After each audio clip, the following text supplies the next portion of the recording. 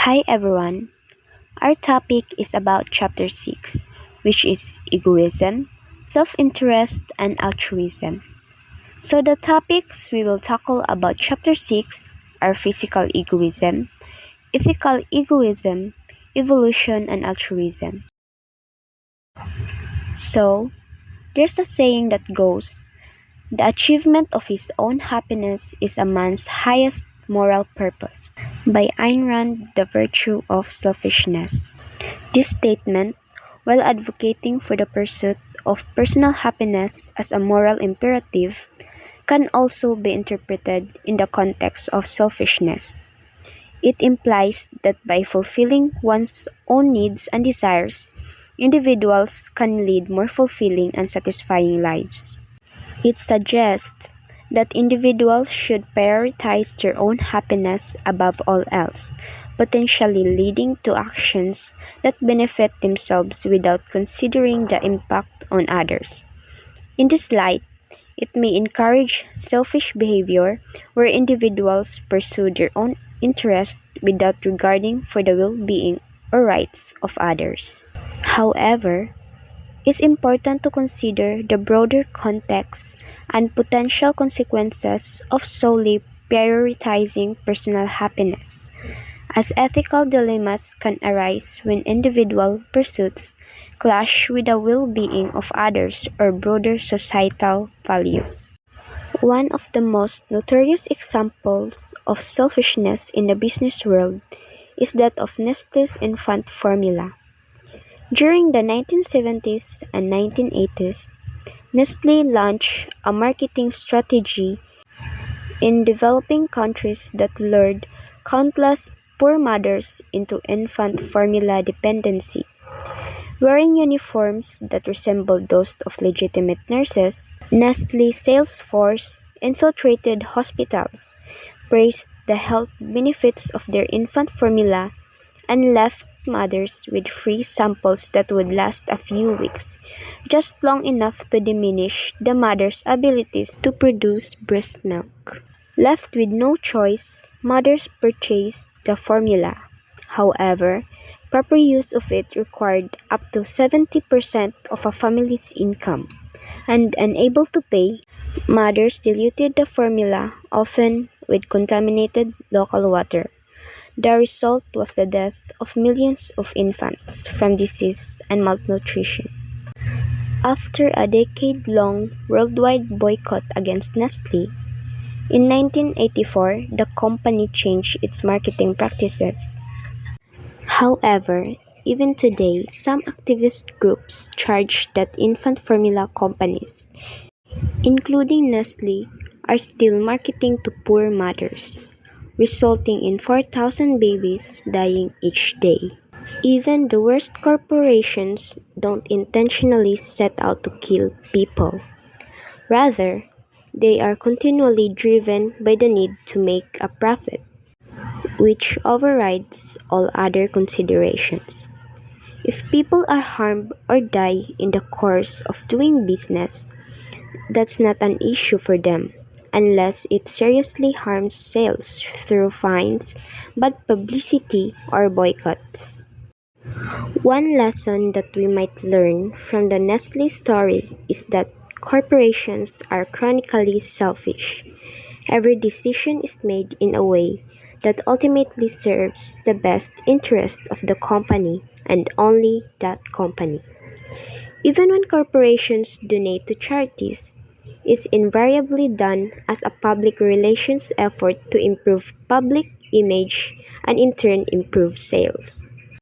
Considering that corporations are composed of nothing but human beings, this raises serious questions about whether selfishness is the driving force behind all human conduct in our private as well as business lives. What is the place of self-regard, self-interest, or self-love in the moral life? Is everything that we do really done out of the motive of self-interest so that morality is necessarily egoistic? Is some form of egoism the best moral theory? Or is egoism really diametrically opposed to true morality? Is selflessness possible? And if so, is it rational? These are the questions that we discuss in this chapter. There are different kinds of egoism, and that will be discussed by my group mates. Good day, everyone, and good day, sir. I am here to talk about psychological egoism. So, psychological egoism is a theory that we always do that act to perceive to be in our own best self interest. This theory suggests that all human actions, decisions, and behaviors are fundamentally driven by the pursuit of one's well being or benefit. So this concept within the field of ethics, it deals with determining what is morally right and wrong, good and bad in human behavior. So it explains for why people behave the way they do. Specifically suggests that all human actions, whether it's seemingly selfish or selfless. So this theory is descriptive rather than prescriptive. In other words, it describes how people actually behave rather than how they should behave. So, according to this theory, which is the psychological egoism, even actions that appear selfless are ultimately driven by a desire for personal benefit. This benefit could be anything from emotional satisfaction to social approval. And also, critics and debates of psychological egoism argue that it oversimplifies human motivation and fails to account for genuine acts of altruism and selflessness. They suggest that there are instances where people genuinely prioritize the well being of others over their self interest. Under the topic for the psychological egoism, we have the argument from self satisfaction. So according from Abraham Lincoln, everyone is an egoist because everyone always tries to do what will bring him or her satisfaction. So this statement asserts that all human actions are ultimately driven by self-interest or the pursuit of personal satisfaction. By suggesting that everyone is an egoist, Lincoln implies that regardless of appearances, individuals are inherently motivated by their own desires and interests. So from the example of this statement, in a situation where someone volunteers at a homeless shelter. So at first glance, this action may seem altruistic, driven by the desire to help others. However, from the perspective of psychological egoism, these individuals' motivation could be seen as seeking personal satisfaction. Perhaps they volunteer because it makes them feel good about themselves, enhances their self esteem, or boosts their sense of social worthiness. Even though the action benefits others, it is ultimately motivated by the individual's desire for personal satisfaction. So the second topic would be the paradox of hedonism. The paradox of hedonism suggests the direct pursuit of pleasure may not lead to sustained happiness, as happiness is often a byproduct of other meaningful pursuits or experiences. If happiness is the only thing that makes life good, then it is rational to pursue it. It isn't rational to do it. Therefore, happiness is not the only thing that makes us happy. So this paradox arises because happiness is often found as a byproduct of engaging in meaningful pursuits or experiences that go beyond more pleasure seeking. For example, individuals may find greater happiness and fulfillment through relationships, personal growth, contributing to society, pursuing meaningful goals, or engaging in activities that align with their values and interests. So it highlights the distinction between pleasure and genuine happiness. Pleasure is typically associated with short-term sensory experiences or immediate gratification, while happiness encompasses a deeper sense of contentment, fulfillment, and overall well-being that extends beyond momentary pleasures. So therefore, the paradox of hedonism suggests that while pursuing pleasure may provide temporary enjoyment, sustained happiness is more likely to be achieved through a balanced approach that includes meaningful and fulfilling experiences beyond simple hedonistic pursuits. The last topic under psychological egoism is the argument from self-deception. The psychological egoist alters his interpretation of S to include subconscious motivations. The thesis now states that sometimes we are self-deceived about our motivation, but whenever we overcome self-deception and really look deep into our motivational schemes, we find an essential selfishness.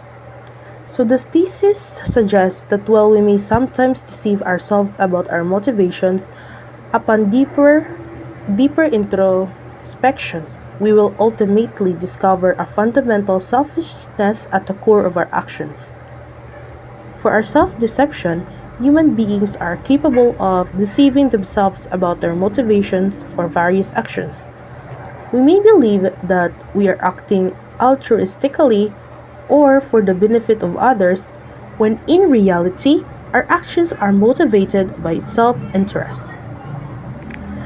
And overcoming self-deception, the thesis also suggests that when we make a conscious effort to overcome self-deception and honestly examine our motivational schemes, we will uncover a pervasive selfishness and underlying our action.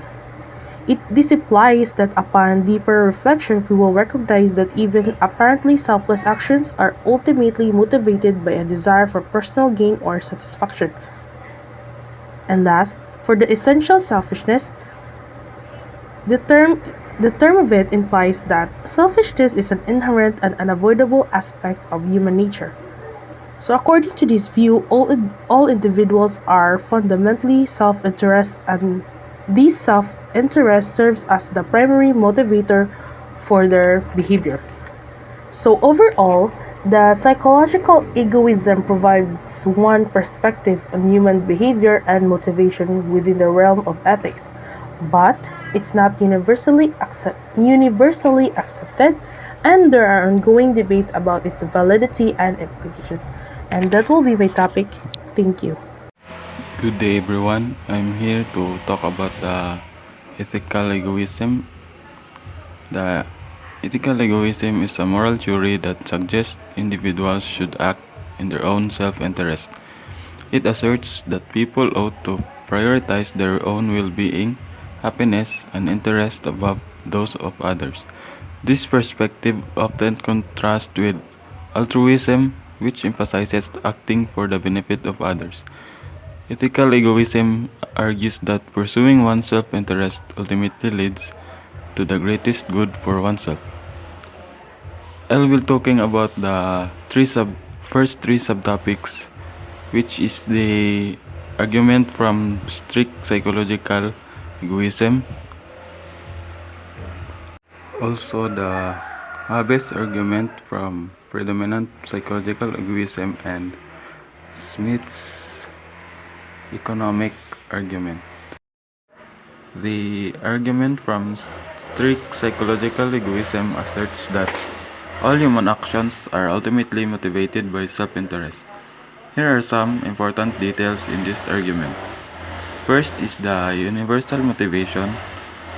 Strict psychological egoism posits that every action, whether apparently selfless or altruistic, is fundamentally driven by self-interest.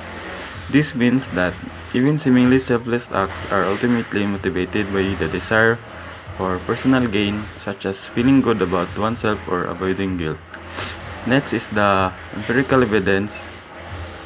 Advocates of strict psychological egoism often point of empirical observations and psychological studies to support their claim.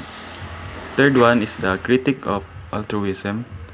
The argument challenges the notion of genuine altruism, suggesting that actions typically labeled as altruistic can be traced back to self-interested motives. This critique questions the existence of pure altruism, where individuals act solely for the benefit of others without any regard for personal gain. The next one is the prescriptive versus descriptive claims.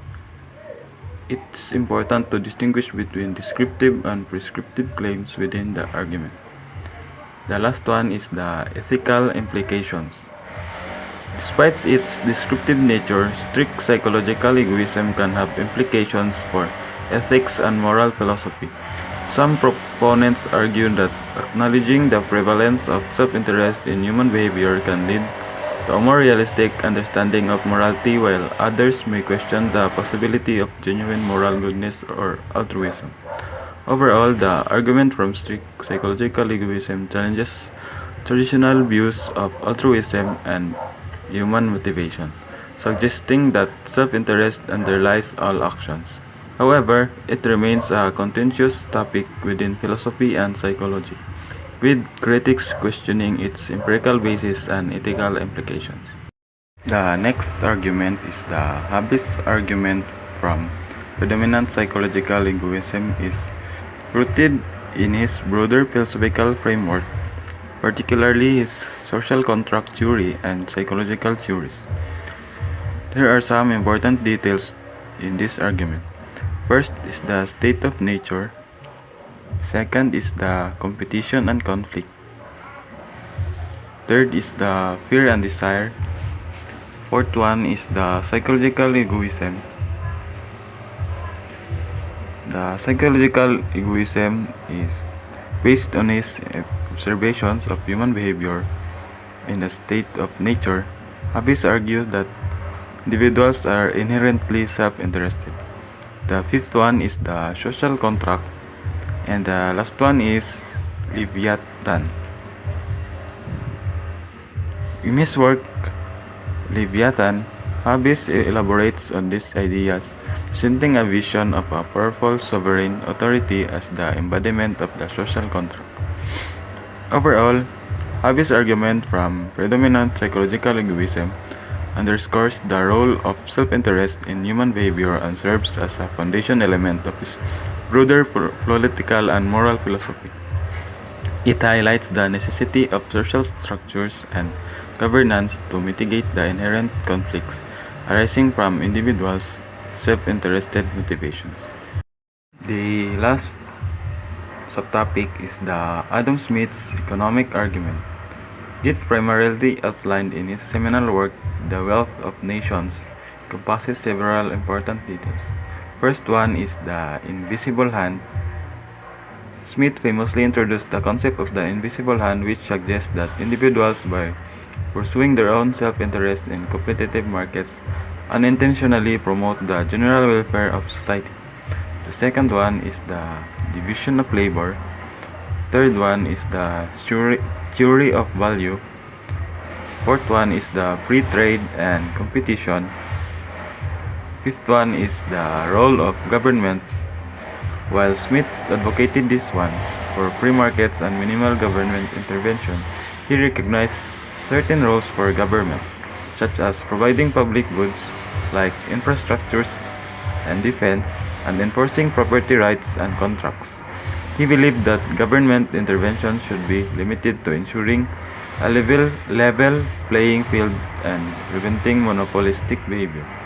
Sixth one is the wealth and consumption, and the last one is the critique of mercantilism. Overall, Adam Smith's economic argument laid the groundwork for classical economics and significantly influenced subsequent economic thought, emphasizing the importance of individual self-interest, free markets, and specialization in driving economic prosperity. And that would be all for my part. Thank you. Good day, everyone. I am Charmin Pisania, and to continue, I will discuss the fourth common argument in defense of ethical egoism, and that is Rand's argument for the virtue of selfishness. The contemporary writer whose name is most associated with ethical egoism is Ayn Rand. In her book, The Virtue of Selfishness, she argues that selfishness is a virtue and altruism a vice, a totally destructive idea that leads to the undermining of individual worth. Rand defines altruism as the view that any action taken for the benefit of others is good, and any action taken for one's own benefit is evil. Thus, the beneficiary of an action is the only criterion of moral value, and so long as the beneficiary is anybody other than oneself, anything goes. As such, altruism is suicidal. If a man accepts the ethics of altruism, his first concern is not how to live his life, but how to sacrifice it. Altruism erodes man's capacity to grasp the value of an individual life. It reveals a mind from which the reality of a human being has been wiped out. Altruism holds that as its ultimate goal and standard of value, and it is logical that renunciation, resignation, self denial, and every other form of suffering, including self destruction, are the virtue of its advocates. We have an inalienable right to seek our own happiness and fulfillment, Rand argues, regardlessly of its effects on others. Altruism would deny us this right, so it is the creed of corruption. Since finding our ego centered happiness is the highest goal and good in life, altruism, which calls on us to sacrifice our happiness for the good of others, is contrary to our highest good. Her argument goes something like this. First, the perfection of one's abilities is in a state of happiness is the highest goal for humans. We have moral duty to attempt to reach this goal. Second, the ethics of altruism prescribes that we sacrifice our interests and lives for the good of others. Third, therefore, the ethics of altruism is incompatible with the goal of happiness. Fourth, ethical egoism prescribes that we seek our own happiness exclusively, and as such, it is inconsistent with the happiness goal. Fifth, therefore, ethical egoism is a correct moral theory. Rand seems to hold that every individual has a duty to seek his or her own good first, regardlessly of how it affects others. Arguments against ethical egoism. When examining a theory like ethical egoism, the first step is to evaluate arguments supporting it. We've just done this in the previous section and seen that none of the arguments are compelling, although Hobbes' arguments may be plausible. The second step is to consider arguments that attempt to refute the theory. Accordingly, we look at 5 arguments against ethical egoism. The first one is the inconsistent outcomes argument. Brian Medlin argues that ethical egoism cannot be true because it fails to meet a necessary condition of morality, namely, being a guide to action. He claims that it would be like advising people to do inconsistent things based on incompatible desires. His argument goes like this. Moral principle must be universal and categorical. I must universalize my egoist desire to come out on top over Tom, Dick, and Harry. But I must also prescribe Tom's egoist desire to come out on top over Dick, Harry, and me, and so on. Therefore, I have prescribed incompatible outcomes and have not provided a way of educating conflicts of desire. In effect, I have said nothing. The proper response to this is that of Jess Callen, who argues that we can separate our beliefs about ethical situations from our desires.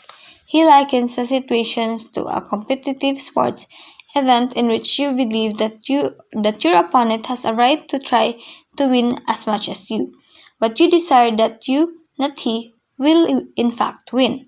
And if, an even better example is that of the chess game in which you recognize that your opponent ought to move her bishop to prepare for checkmate, but you hope she won't see the move.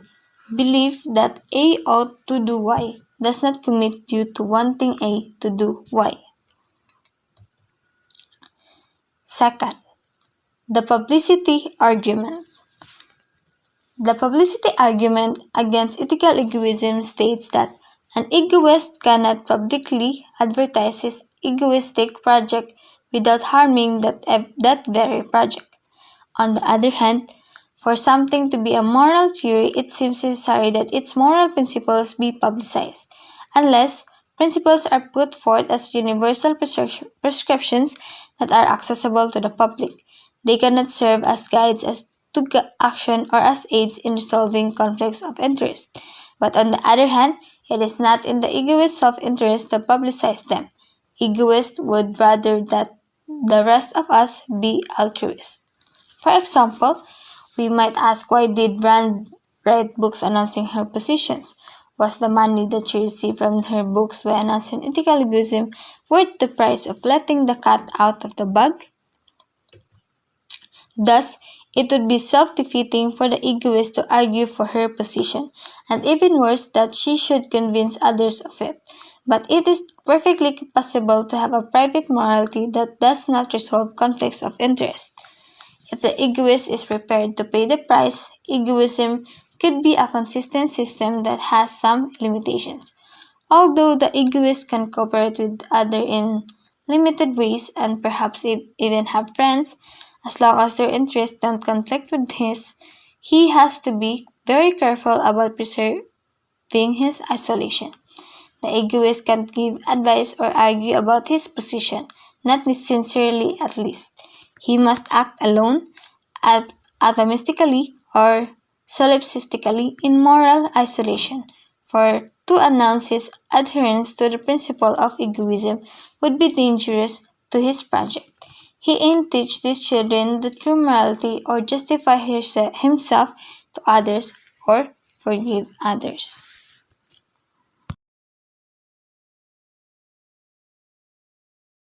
Good day, everyone. So I'll be continuing the discussion for the arguments against ethical egoism. In this topic, I just summarized the things that were written in the book. So let's proceed to the arguments. The third argument, the paradox of ethical egoism. Ethical egoism suggests prioritizing self-interest, but deep relationships like friendship and love require selflessness. True friendship involves forgetting oneself to serve or enhance others' interest, contradicting egoism's self-centeredness. Pursuing happiness through friendship may require embracing altruism, the opposite of egoism. So we all know nga ang ethical egoism kay very self-centered siya. Kung unsang naara siyang self-interest mo ang sakto para niya. So, ang argument ang concern aning argument kay how can that person have deep relationship like friendship and love kung very self-centered siya. Kay ang core sa relationships kay considering other people or your friends or loved ones interest sad altruism. Muna siya ang meaning sa altruism. So very contradicting kayo sila sa ethical egoism. Maong na napil siya ni arguments against ethical egoism. Let's proceed to the fourth argument. So the fourth argument is the argument from counterintuitive consequences. Ethical egoism permits egoistic behavior and even demands it. Helping others without personal gain is considered morally wrong according to egoism. This leads to moral conflicts like refraining from helping others in need unless personal benefit is evident. So, aning argument, murag, ang ikong kanan ni is ni kontra siya sa mga sakto unta nga dapat buhaton sa tao. For example, na someone nga nag-need og help. Anya, kuan man, ang ethical egoism kay self-centered man siya. nag-consider sa self-interest nga kintahay para nimo, like wala kay makuha nga benefit from that act nga pagtabang, dili nimo dili nimo dapat tubuhaton kay mo man to ang kuan sa ethical egoism. So ang buhaton sa tao dili niya tabangan tong nag-need og help kay wala man siya mga benefit adto. So mo tong na-arguments, napil siya sa argument against ethical egoism kay ni counteract siya sa sakto unta nga dapat buhaton. Let's proceed to the next argument. Problem of future generations. Ethical egoism lacks obligation towards preserving natural resources for future generations. Egoists may question the value of benefiting future generations if it doesn't directly benefit them. Ethical egoism's failure to address obligations to future generations highlights its inadequacy as a moral theory. So, for the ethical egoism's perspective, intahay kanang, for example, tong sa Chocolate Hills nga issue. From the owner's perspective, maka-benefit jud siya tong resort from the income from the tourist nga bayad para entrance o para sa pool atong resort. Maka-benefit jud sila ang owner. Kanya nalimit ani ang future generation nga adtong specific nga place dili na nila ma-appreciate puhon kintahay ang natural beauty sa Chocolate Hills adtong specific nga area. Though gamay ato siya nga part, pero consider to kintahay ani nga example. Ma-consider na to siya ani nga argument. Another one is kintahay sa katupong sa Rizal Park. Mostly ani nga argument kay ma-apply na to ang heritage conservation. For example, katong sa Rizal Park pod nga na isa ka building didtong na photo bomber. Siguro apil sa to personal interest sa owner adto nga hotel. Kanya pag-preserve sa heritage nga place atong na limit ang future generation nga ma-appreciate tong monument kini Rizal nga walay photo bomber. So most na akong murag ma-apply nga example ani nga argument. Next is I think that's all. That's all for the arguments. So in summary, ethical egoism may offer a simplistic view of morality, but fails to account for complexities of human relationships, moral obligations, and societal concerns. So that's all. Thank you. So, hello everyone. I am Jed Ermico Himawan and I'm gonna present to you about the evolution and altruism portion of our chapter 6.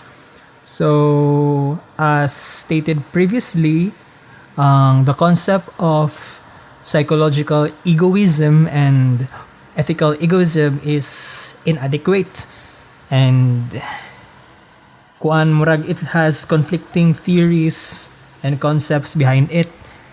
We cannot claim nga it's completely right or completely wrong, so we have to try looking at another perspective, something more primal, something more basic, something we're familiar with, which is related to evolution. So to start, let us tackle on sociobiology. It it is kaning sociobiology. It is a field that examines the biological basis of social behavior, which includes morality through the lens of evolution concepts, kaning mga theory of evolution ni Darwin. Ang looking at the mga first concepts, the 19th century social Darwinism, it states the survival of the fittest and might makes right. Ang pasabot ani is ang most powerful nga organism or ang strongest individual in society has the right to dominate and make all the rules, and which is completely egotistic, mag pure egoism na ni siya nga role. And over time, scientists that study sociobiology have come to accept a new understanding or a new concept, which is the gene replication. Richard Dawkins wrote a book called The Selfish Gene, where that instead of the survival of the individual organism, ang ni-prioritize kay ang survival of the gene.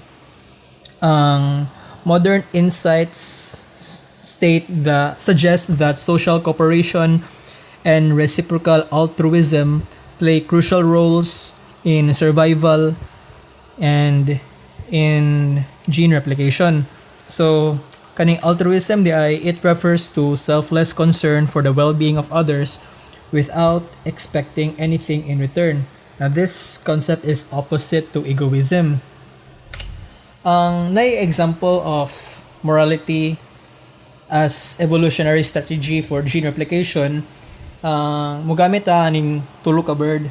So the first two birds are called suckers and cheaters. The suckers are the birds that groom other birds, and the cheaters are the birds nga dili mo groom sa uban nga bird, but sila mismo gusto nga ang other bird mo groom nila.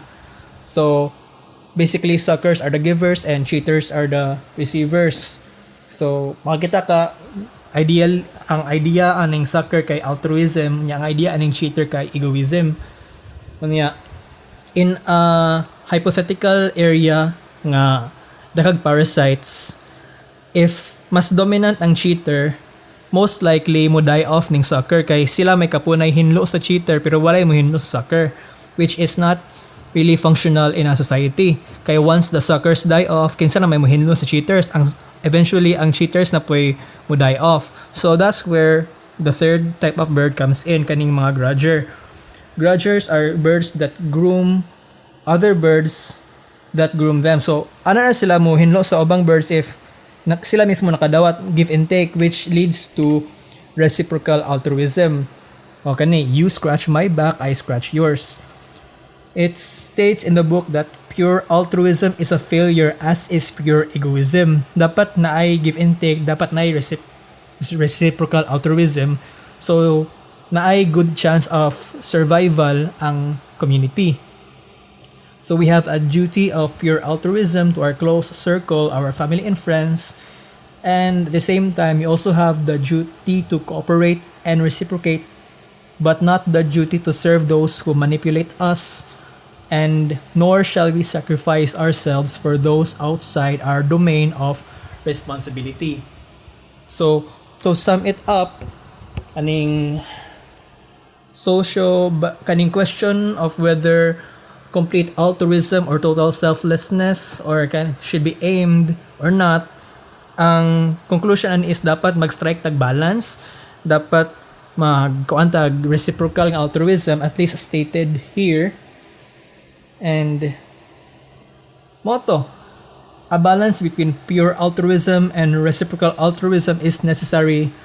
Fostering behavior through moral training can lead to a flourishing environment, a flourishing society, and expansion of moral concerns. And I believe that concludes the topic for the rest of chapter 6. So on behalf of group 6, thank you everyone, and God bless.